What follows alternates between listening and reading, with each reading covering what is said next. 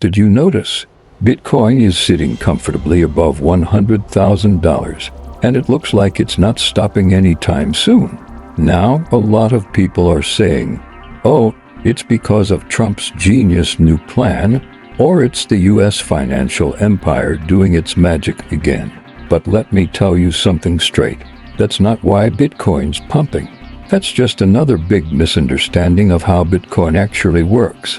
See, folks who don't understand Bitcoin are always trying to find the answer in some news headline or policy announcement. But people who really get it, they know it's not that Trump is saving Bitcoin. It's that he's trying to grab onto the last lifeboat for a sinking financial Titanic called America. So, let's get into it. Why do I say Bitcoin is actually the lowest risk investment in today's world? I get it, sounds crazy, right? I mean, it's super volatile, right? But that's the thing, volatility and risk aren't the same thing. Let me break it down. Most assets, stocks, bonds, real estate, they rely on a ton of variables. Company earnings, central banks, elections, real estate policies, even war.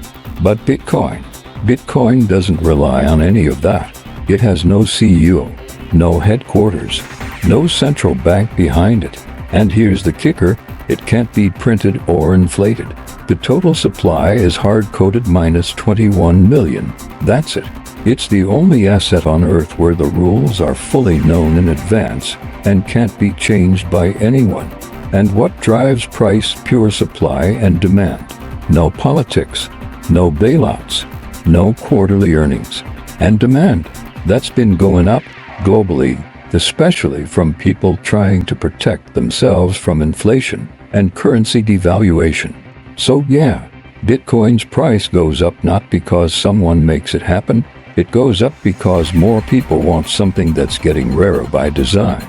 Now, someone might ask, well, what if Bitcoin demand suddenly drops?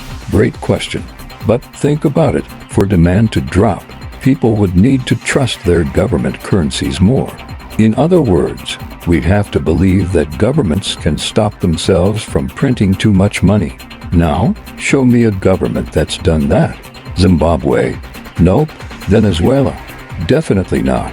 The Soviet Union? EU? Even the US? Nope, nope, and nope. It doesn't matter if it's a dictatorship or a democracy. When debt piles up, printing money is the go-to move. So if governments can't stop printing, and Bitcoin won't print more, which one seems more risky to you exactly? And then there's this thing called the halving. Every 4 years, the amount of new Bitcoin created gets cut in half. It's built into the code. No meetings, no policy votes. It just happens.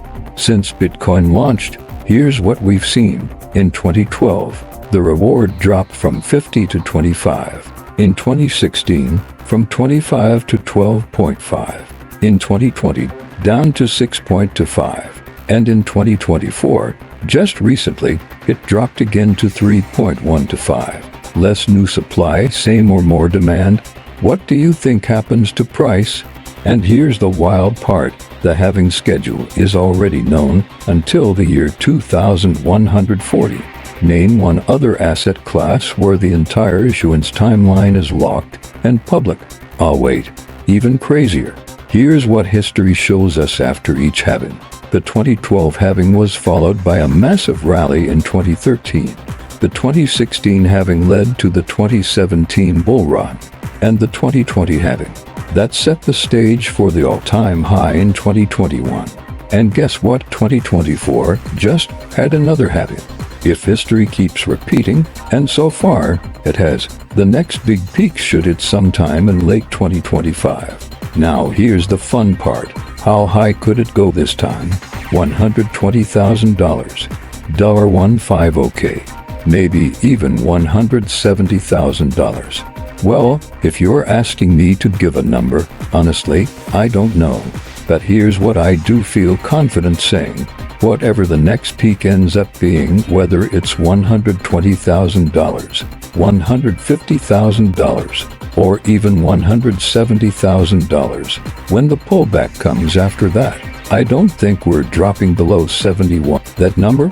It's probably going to be the new floor.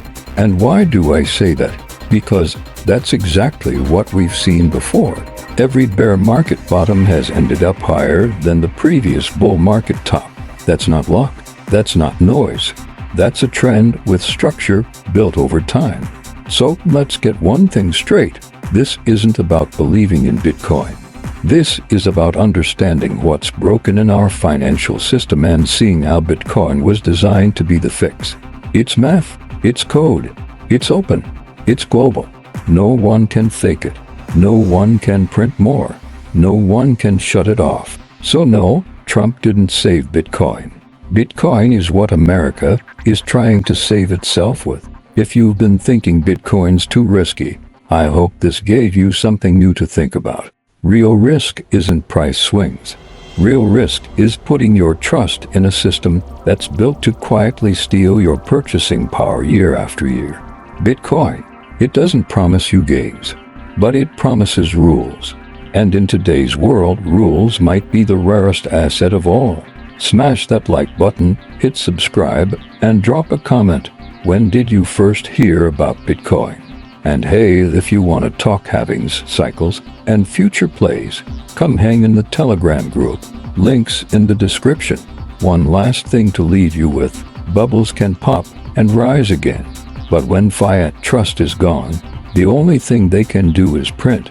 Bitcoin just halved again. The clock's ticking. Are you getting on the ship or still waiting for a better one to show up?